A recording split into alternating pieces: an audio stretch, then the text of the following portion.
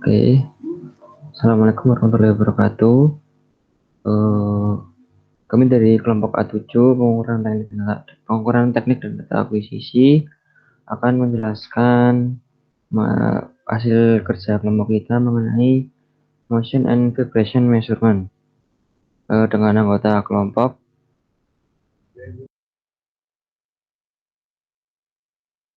Saya Wildan Baral Kautar NIM 0145. Lalu ada Yaklu Aziz Jaruka NIM 04 dan 0147. Lalu ada Yosafati Dodo Putra Utama NIM 042050. Lalu yang terakhir ada Zilda Lintang Laksaniarto NIM 042051. Langsung saja masuk ke materi. Pertama adalah introduction atau pembukaan. Pengukur parameter gerak dan getaran penting dalam banyak aplikasi. Besaran percobaan yang diinginkan dapat berupa kecepatan atau amplitude getaran. Kuantitas ini mungkin berguna dalam memprediksi kegagalan kelelahan bagian atau mesin tertentu, atau mungkin memainkan peran penting dalam analisis yang digunakan untuk mengurangi getaran struktur atau tingkat kebisingan. Masalah utama dalam setiap jenis pengukuran gerak atau getaran menyangkut penentuan besaran yang sesuai dengan mengacu pada beberapa keadaan tertentu, yaitu kecepatan, perpindahan, atau percepatan yang mengacu pada tanah. Idealnya, seseorang ingin memiliki transducer gerakan atau getaran yang terhubung ke tubuh dalam gerakan dan memberikan sinyal output yang sebanding dengan input getaran. Transducer yang ideal harus independen dari lokasinya, yaitu berfungsi sama baiknya apakah terhubung ke struktur bergetar yang di tanah, di pesawat terbang, atau di kendaraan luar angkasa. Dalam bab ini, kita akan melihat beberapa kompromi yang diperlukan untuk mendekati perilaku seperti itu. Suara dapat diklasifikasikan sebagai fenomena getaran, dan kami akan menunjukkan beberapa parameter penting yang diperlukan untuk spesifikasi tingkat suara. Pengukuran dan analisis tingkat suara adalah subjek yang sangat khusus yang penting dalam desain bangunan dan peralatan modern. Lanjut.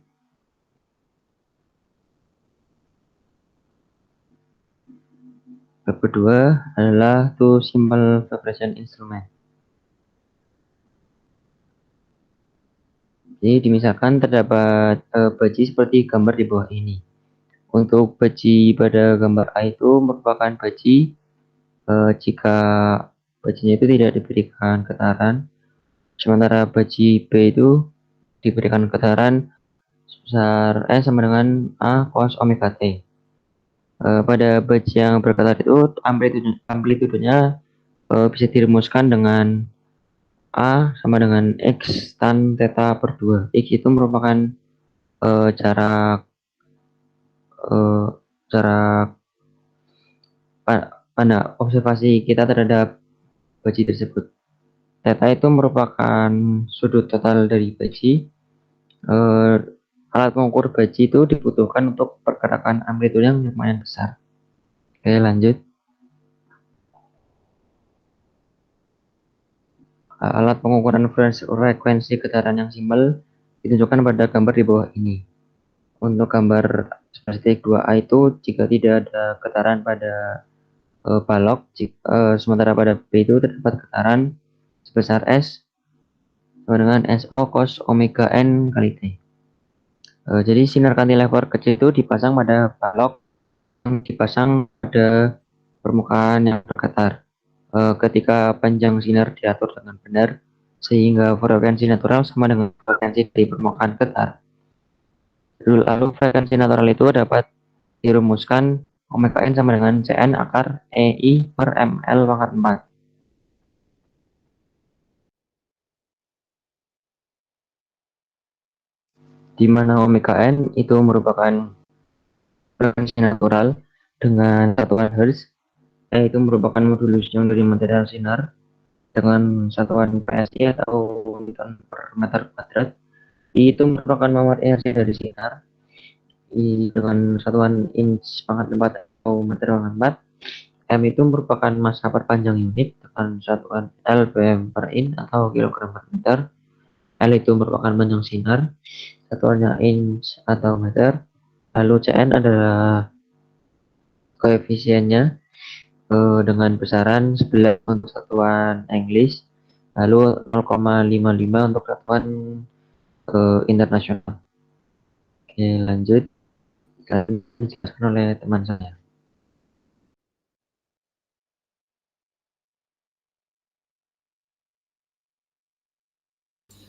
Baik, selanjutnya yaitu Principle of the Seismic Instrument. Skema instrumen tipikal ditunjukkan pada gambar. Massa dihubungkan melalui pegas paralel dan beredam ke bingkai. Bingkai ini kemudian dihubungkan ke sumber getaran. Massa cenderung tetap pada posisinya sehingga gerak vibrasi dicatat sebagai perpindahan relatif antara massa dan bingkai perumahan. Perpindahan ini kemudian dirasakan dan ditunjukkan oleh transducer. Instrumen seismik dapat digunakan untuk pengukuran perpindahan atau percepatan dengan pemilihan kombinasi massa, pegas, dan peredam yang tepat. Next.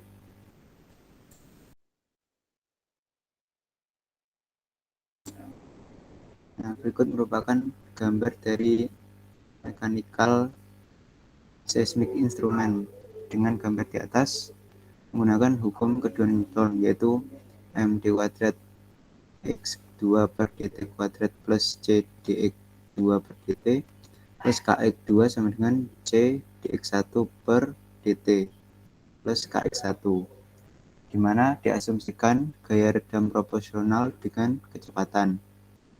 Kemudian kita asumsikan pergerakan getaran harmonis yang dirumuskan sebagai berikut, yaitu x1 sama dengan x0 cos omega 1t.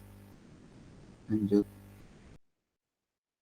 Pergerakan relatif yang terdeteksi pada gambar 11.3 dengan menggabungkan dua persamaan di atas didapatkan persamaan berikut.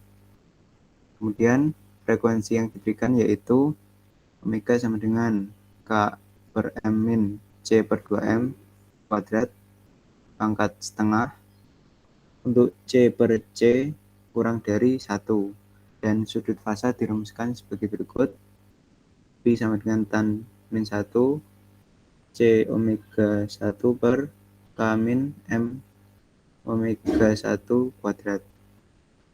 Frekuensi dari pergerakan steady state sama dengan pergerakan dan amplitudenya adalah sebagai berikut. Bisa dilihat pada persamaan yang keempat. Kemudian frekuensi natural omega n dan koefisien redamnya dirumuskan sebagai berikut. Untuk frekuensi natural yaitu omega n sama dengan akar dari K per M, kemudian koefisien redam yaitu C sama dengan 2 akar M kali K.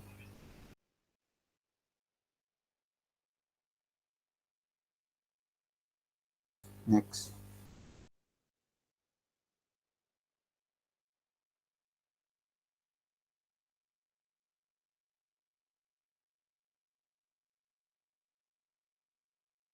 Nah, berikut merupakan gambaran dari respon perpindahan dari instrumen pengukuran seismik.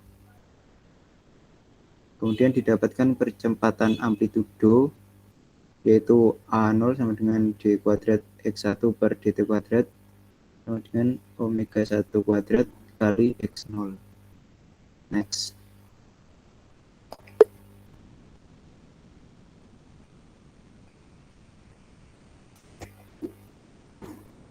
Nah, berikut merupakan gambaran dari respon akselerasi dari pengukuran seismik. Nah, pada gambar sebelah kiri yaitu A itu merupakan gelombang linear. Kemudian untuk B itu semi log dan C merupakan log koordinat. Next. Instrumen seismik juga dapat digunakan untuk pengukuran kecepatan getaran dengan menggunakan pick up magnetic variable reluktansi sebagai transducer penginderaan. Output dari pick up tersebut akan sebanding dengan amplitudo kecepatan relatif dengan kuantitas bagi berikut: D per dt dikali x2 min x1. Nah, dari pembahasan di atas dapat diketahui bahwa alat seismik merupakan perangkat serbaguna yang dapat digunakan untuk pengukuran berbagai parameter getaran. Untuk alasan tersebut, maka banyak getaran komersial dan pickup akselerasi yang beroperasi dengan prinsip instrumen seismik. Next. Respons bagian dari instrumen getaran diatur sebagian oleh persamaan eksponensial. Dengan konstanta waktu dirumuskan sebagai berikut: T sama dengan 2M per C, atau frekuensi natural, dan rasio redaman yaitu T sama dengan 1 per omega N dikali C per C kecil. Next. Kemudian yang keempat yaitu practical consideration for seismic instrument. Lanjut. Dalam gambar di bawah ini diilustrasikan alat seismik dengan voltage divider potentiometer untuk merasakan perpindahan yang relatif antara rangka dan massa seismik. Untuk memberikan redaman bagi sistem, kasus instrumen mungkin diisi dengan cairan kental yang akan berinteraksi terus-menerus dengan bingkai dan massa. Karena massa yang relatif besar dari potentiometer, sistem tersebut memiliki frekuensi alami yang agak rendah, yaitu kurang dari 100 Hz, dan dengan demikian terbatas pada pengukuran percepatan pada frekuensi kurang dari 50 Hz. Transformator diferensial linear atau disingkat LVDT menawarkan cara lain yang mudah untuk mengukur pergerakan relatif antara massa seismik dan Hounsing accelerometer. Alat tersebut memiliki frekuensi alam yang lebih tinggi daripada potensiometer, yaitu antara 270 sampai 300 Hz, tetapi masih terbatas pada aplikasi dengan persyaratan respon frekuensi rendah. Namun transformator ini memiliki daya tahan yang jauh lebih rendah terhadap gerakan daripada potensiometer dan mampu melakukan resolusi yang lebih baik. Selain itu, akselerometer seismik yang menggunakan LVDT dapat jauh lebih ringan daripada menggunakan potensiometer. Next.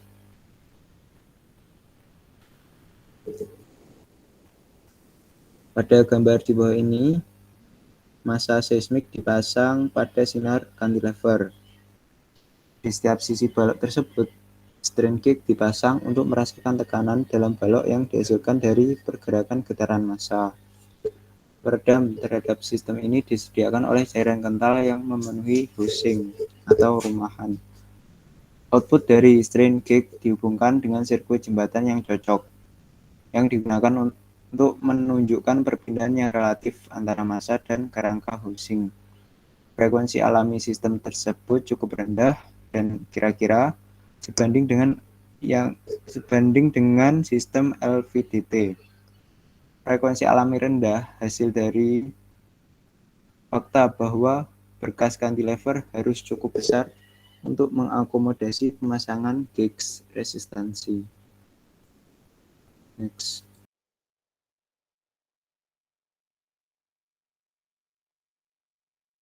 Nah, kemudian untuk pengukuran frekuensi tinggi, alat seismik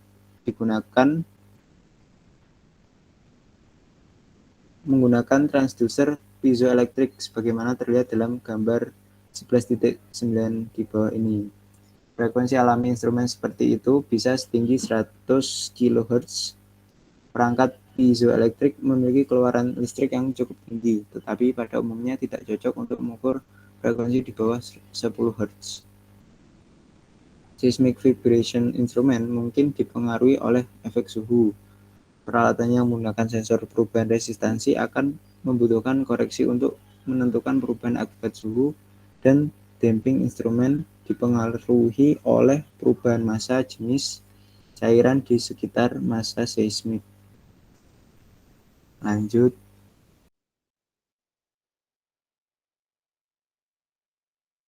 Slide berikutnya akan dijelaskan oleh rekan saya. Oke, yang selanjutnya adalah sound measurement. Sound measurement atau gelombang suara. Gelombang suara adalah gelombang getaran. Efek akustik biasanya diukur dalam hal flux. fluktuasi tekanan harmonik yang mereka hasilkan dalam media cair atau gas. Gelombang suara juga dicirikan oleh fluks energi persatuan luas dan persatuan waktu saat gelombang akustik bergerak melalui medium. Praktik standar dalam pengukuran akustik untuk menghubungkan intensitas suara dan tekanan suara dan nilai referensi tertentu I0 dan P0 yang sesuai dengan intensitas dan fluktuasi tekanan rata-rata dari suara terdengar paling letup pada frekuensi 1000 Hz. Tingkat referensi ini adalah I0 sama dengan 10 pangkat min 16 W per cm kuadrat dan P0 sama dengan 2 kali 10 pangkat min 4 din per cm kuadrat sama dengan 2 kali 10 pangkat min 5 Newton per meter kuadrat atau sekitar 0,0002 mikrobar sama dengan 2,9 kali 10 pangkat min 9 PSI. Intensitas suara dan tingkat tekanan diukur dalam desibel. Dengan demikian, intensity level sama dengan 10 log I per I0 dan pressure level sama dengan 20 log P per P0. Ketika fluktuasi tekanan dan perpindahan partikel berada dalam fase seperti pada gelombang akustik bidang, level ini sama 10 log I per I0 sama dengan 20 log P per P0. Intensitas atau tingkat tekanan ini biasa disebut dengan sound pressure level atau SPL. Besarnya kecepatan partikel dan fluktuasi tekanan yang diciptakan oleh gelombang suara kecil. Misalnya, gelombang suara bidang yang memiliki intensitas 140 dB menghasilkan kecepatan osilasi maksimum sekitar 2,4 ft per sekon atau sekitar 0,74 meter per sekon dan fluktuasi tekanan kuadrat rata-rata akar sekitar 0,029 PSI atau sekitar 200 PA. Intensitas suara 90 dB dianggap sebagai tingkat maksimum yang diizinkan untuk paparan manusia yang diperpanjang. Dalam banyak keadaan, kita akan tertarik pada intensitas suara yang dihasilkan dari beberapa suara. Perhitungan ini tentu saja dapat dilakukan dengan persamaan intensitas suara dan tekanan dan tingkat tekanan. Tetapi grafik pada gambar di samping sering digunakan untuk keuntungan dalam menghitung tersebut.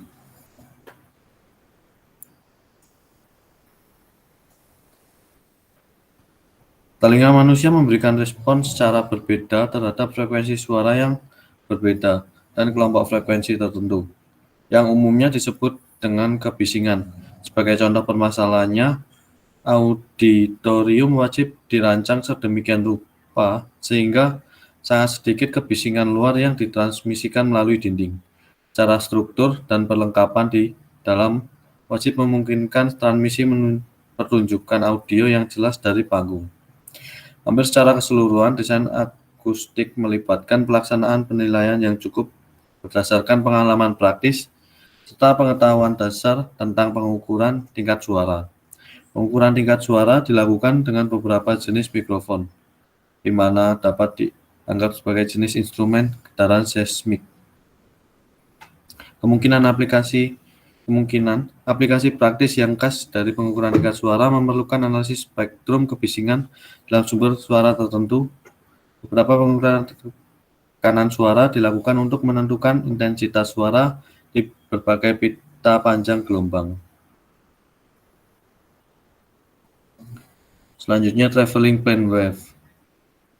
Gelombang akustik bidang dapat dijelaskan dalam istilah perpindahan partikel pada jarak X dari sumber gelombang dan pada waktu T. Hubungan analitik menyatakan perpindahan partikel sebagai fungsi jarak dan waktu untuk gelombang harmonik adalah C sama dengan Cm cos 2 pi per lambda kalikan Ct min X, yang dimana C sama dengan partikel displacement, Cm sama dengan amplitude dari partikel displacement, C sama dengan kecepatan dari suara, dan lambda adalah panjang gelombang.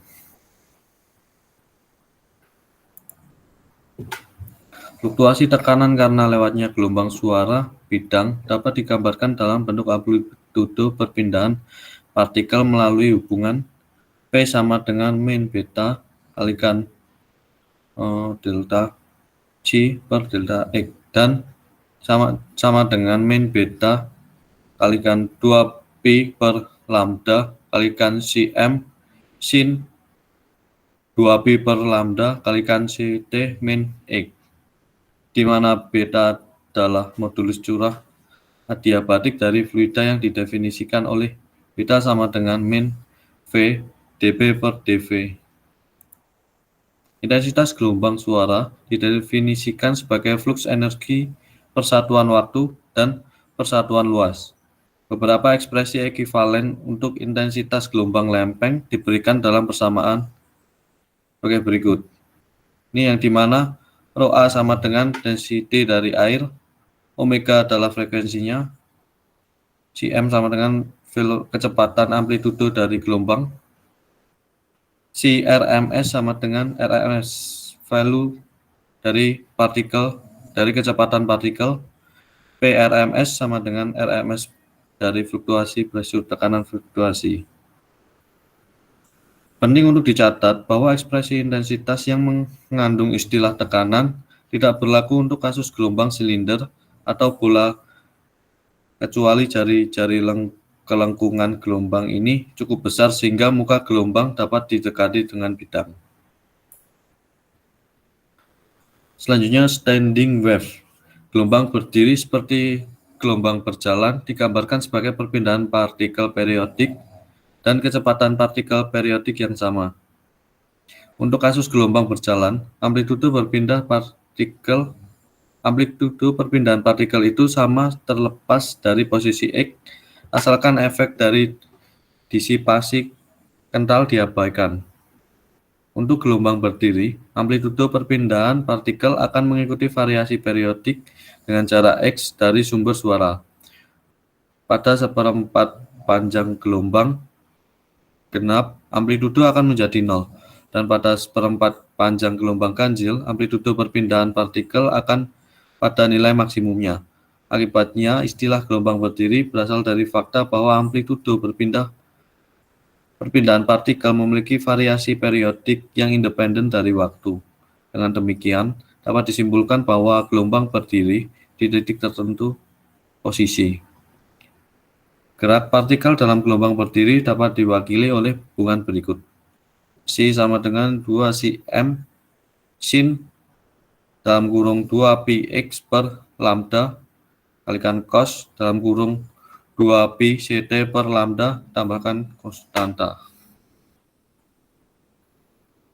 Selanjutnya constant pressure sound field. Gelombang tekanan suara konstan jelas berbeda dari kedua gelombang berjalan atau gelombang berdiri dan dapat dijumpai di ruang gema yang dindingnya memantulkan bagian utama dari energi gelombang yang menghantam gelombang tersebut. Untuk kasus ideal, dari sumber suara didistribusikan secara merata ke seluruh ruangan dengung sehingga fluida akan mengalami pemampatan dan pemuaian yang seragam ke segala arah. Gelombang berjalan dan gelombang berdiri mewakili medan vektor yang bergantung pada arah perambatan gelombang. Pada umumnya, gelombang gema tidak bergantung pada jarak atau arah dari sumber gelombang. Oleh karena itu, disebut sebagai medan saklar. Terbukti bahwa tidak ada korelasi sederhana antara tekanan dan berpindah-pindah partikel di ruang bebas dari ruang gema. Selanjutnya psikoakustik faktor. Skala tekanan suara untuk sumber suara tipikal ditunjukkan pada gambar 11.11, mulai dari ambang pendengaran hingga suara intensif mesin roket. Sudah tercatat bahwa telinga manusia merespons secara berbeda terhadap frekuensi yang berbeda. Oleh karena itu, untuk menafsirkan respon telinga terhadap sumber suara tertentu, kita harus mengetahui distribusi suara di seluruh spektrum frekuensi. Respon nonlinear telinga telah ditentukan, menghasilkan kurva Fletcher-Monson. Untuk kenyaringan yang sama ditunjukkan pada gambar 11.12. Menurut kurva ini, telinga jauh lebih sensitif terhadap frekuensi menengah daripada frekuensi rendah atau tinggi. Berdasarkan konsep di atas, tingkat kenyaringan dapat didefinisikan sebagai ukuran relatif kekuatan suara yang dinilai oleh rata-rata pendengar manusia. Suatu tingkat kenyaringan adalah PON, yang jika didefinisikan secara numerik sama dengan tingkat tekanan suara pada frekuensi 1000 Hz. Tingkat kenyaringan dicatat pada kurva gambar 11.12. Jika melihat kurva pada 40 PON, ditemukan bahwa sinyal pada 20 Hz membutuhkan sound pressure level atau SPL besar 94 dB untuk terdengar sekeras sinyal yang memiliki frekuensi 1000 Hz dan SPL sebesar 40 dB. Demikian juga sinyal pada 10 kHz membutuhkan SPL 46 dB untuk berbunyi sekeras dengan sinyal pada 1000 Hz dan 40 dB. Ini adalah gambar 11.11 yaitu typical overall sound level. Yang ini adalah gambar 11.12 yaitu equal load contrast for pure tone. Selanjutnya adalah measurement system sound. Pengukuran suara yang ditunjukkan pada gambar di samping merupakan mikrofon yang digunakan untuk mengidentifikasi gelombang suara. Sebelum pengukuran dimulai, kalibrasi akustik ditempatkan di atas mikrofon untuk melakukan kalibrasi. Kalibrasi terdiri dari rongga khusus untuk mikrofon tertentu dan transducer yang akan menghasilkan tingkat tekanan suara yang diketahui di dalam cavity untuk input tegangan yang diberikan. Respon mikrofon terhadap sinyal kalibrasi dicatat pada meteran tingkat suara. Dan dengan demikian memberikan tingkat referensi untuk digunakan dalam membandingkan sinyal yang dihasilkan oleh bidang suara yang tidak diketahui. Lalu ada acoustic properties of material. Salah satu tujuan penting dari pengukuran akustik adalah spesifikasi sifat penyerapan suara bahan. Dengan informasi yang tersedia, acoustic engineer kemudian dapat memilih bahan yang tepat untuk mencapai tujuan lingkungan dalam kontrol kebisingan atau desain arsitektur. Acoustic properties of material. Koefisien penyerapan dipengaruhi oleh faktor-faktor seperti porositas permukaan, ketebalan bahan, kekakuan bahan, dan yang lainnya. Panel kayu yang lebih kaku secara substansial kurang efektif sebagai penyerap daripada bahan berpori. Secara umum, bahan rigid adalah penyerap suara yang buruk karena mereka memiliki kemampuan untuk bergetar dan mengirimkan suara. Bahan yang sangat lembab dan tidak rigid seperti lembaran berpori atau pada tingkat yang lebih rendah. Perakitan yang diwakili oleh kurva B dalam gambar 11.17 lebih efektif dalam menyerap gelombang suara.